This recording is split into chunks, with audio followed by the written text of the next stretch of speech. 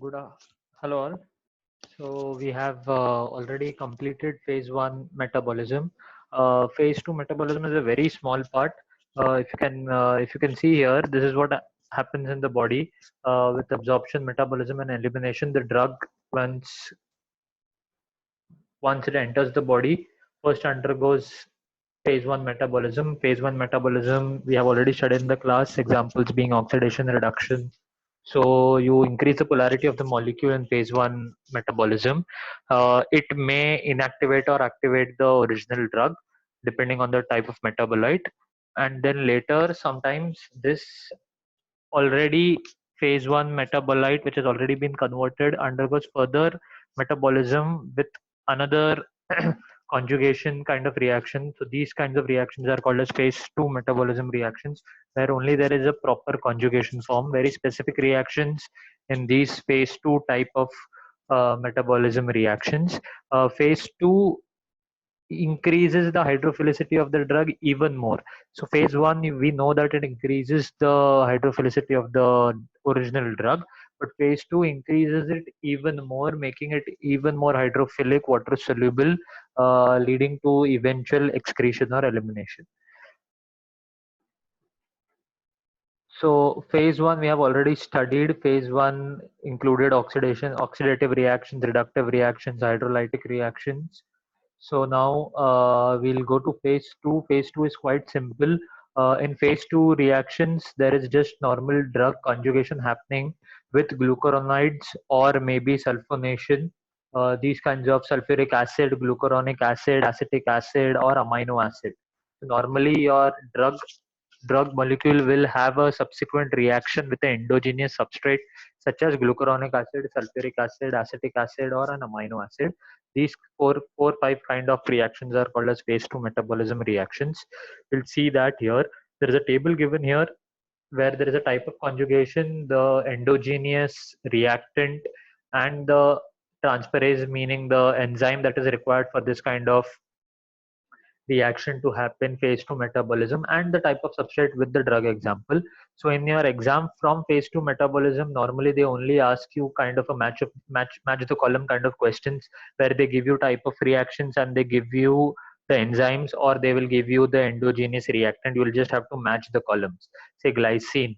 So now if they give you glycine conjugation in one column, in the other column either they will give you an endogenous reactant or they will give you the enzyme that is required for that kind of conjugation. So normally in phase two, they normally tend to ask you match the match the column type of questions. But if there is a short note asked, there is enough data here in the PDF. If you can read, it's quite simple and you can give these kind of examples.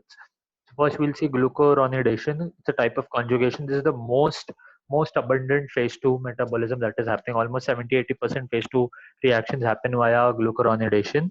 The endogenous reactant in the body present that forms a bond with your drug is nothing but UDP glucuronic acid. UDP glucuronic acid reacts with your drug molecule to form a glucuronidation kind of complex. The enzyme required for this is UDP glucuronyl transferase. So, and the type of substrates are phenols, alcohols. So, drug examples could be nitro, phenol, morphine, acetaminophen, diazepam, those kinds of drugs will undergo glucuronidation. Second is acetylation. Acetylation requires the endogenous reactant in your body is acetyl CoA that you know already. Acetyl CoA reacts with the drug leading to acetylation. N-acetyl transferase is the drug involved. Sorry, N-acetyl transferase is the enzyme involved. And mostly amines undergo this kind of acetylation. You must have heard of the reaction N-acetylation. It's quite famous. Sulfonamides, isoniazide, those kinds of drugs. Glutathione conjugation. Glutathione conjugation is normally given by the endogenous reactant called as glutathione. Glutathione, the enzyme linked is GSH transferase. Enzyme linked is GSH transferase. Glycine conjugation. Glycine is nothing but an amino acid. So glycine amino acid reacts with your drug. The enzyme is acyl CoA glycine transferase. Quite simple enzymes here. You can see it's quite related. You just have to remember the enzyme and the reactant here. Sulfate conjugation, again extremely important. After glucuronidation, the next biggest phase 2 metabolism reaction is sulfate conjugation. Phosphatidylinosine phosphosulfate is your reactant from your body, and the enzyme required is sulfotransferase. Mainly alcohols, phenols also give this kind of sulfate conjugation. Methylation. For methylation, the endogenous reactant in your body is S-adenosyl methionine. S-adenosyl methionine will undergo a reaction with your drug and form a conjugate. The enzyme is transmethylase. Phenols and amines again give these kind of reactions. The last is nothing but quite simple water conjugation. Your substrate is water and the epoxide hydroxylase is your enzyme required. So these types of reactions are called as phase 2 reactions. From this part, the only thing to remember is your type of conjugation, the types of conjugation, the endogenous reactants, and the enzymes that are required for those kinds of reactions, and you can remember one or two drugs of each category.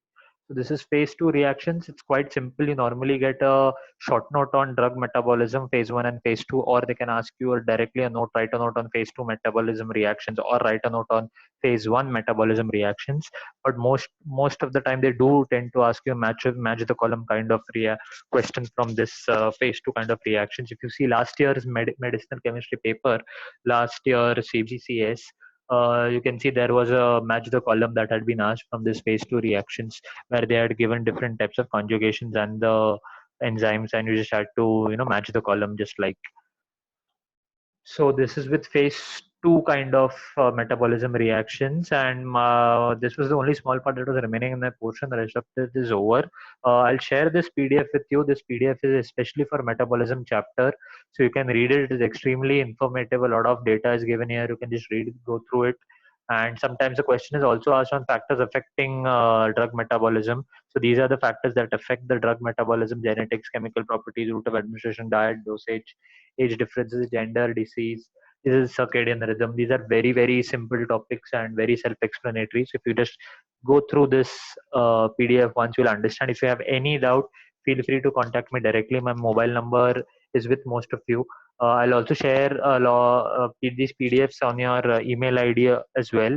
And I'll also share a couple of links of metabolism chapter online links of a few online websites and pages which I found quite interesting.